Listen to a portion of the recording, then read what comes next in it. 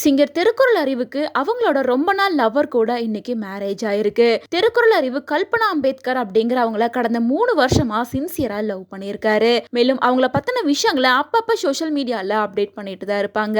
இந்த நிலையில இன்னைக்கு அவங்களுக்கு திருமணம் நடந்திருக்கு அப்படின்றனால பலருமே அவங்களுக்கு வாழ்த்துக்கள் சொல்லிட்டு வராங்க. மேலும் இவங்களோட திருமணம் இசைஞானி இளையராஜா தலைமையில அவரோட ஸ்டுடியோல தான் நடந்திருக்கு.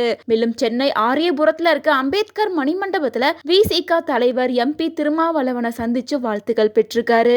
அப்போது திருக்குறள் அறிவு அம்பேத்கர் பற்றின பாடலை பாடியிருக்காரு. அந்த வீடியோ கூட இப்ப சோஷியல் மீடியால ட்ரெண்ட் ஆயிட்டு இருக்கு.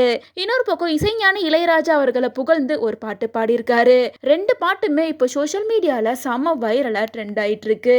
இதை பார்த்த ஃபேன்ஸ் பலருமே திருக்குறள் அறிவுக்கும் கல்பனா அம்பேத்கருக்கும் அவங்களோட வாழ்த்துக்களை சொல்லிட்டு வராங்க. சிங்கர் அறிவு ரஜினிகாந்த் அவர்கள் நடிப்புல உருவான காலா படத்துல வந்த உரிமையை மீட்போம் அப்படின்ற பாட்டு மூலயமா தமிழ் சினிமாவுக்கு அறிமுகமாயிருந்தாரு. அதுக்கப்புறமா விஜயோட மாஸ்டர் படத்துல இருந்து வாத்தி ரைடு பாட்டு மூலமா பாப்புலர் ஆயிருந்தாரு. அதை தொடர்ந்து ஆக்டர் தனுஷ், ஜீவா உள்ளிட்ட பல ஆக்ட்ரஸ் கூட சேர்ந்து ஒரு பாடகராகவும் எழுத்தாளராகவும் பயணிச்சிருக்காரு. அதை தொடர்ந்து ரீசெண்டா வெளியான ஆல்பம் சாங்கான என்ஜாமே என்ஜாய் பாட்டு மூலமா வேற லெவல்ல பாப்புலர் ஆயிட்டாரு. அந்த பாட்டுக்கு அப்புறமா வெளிநாடுகள்லயும் நிறைய கான்சர்ட்டை நடத்திட்டு வராரு. ரீசெண்டா இசைஞானி இளையராஜா கூட சேர்ந்து கம்போஸ் பண்ணிட்டு வராரு.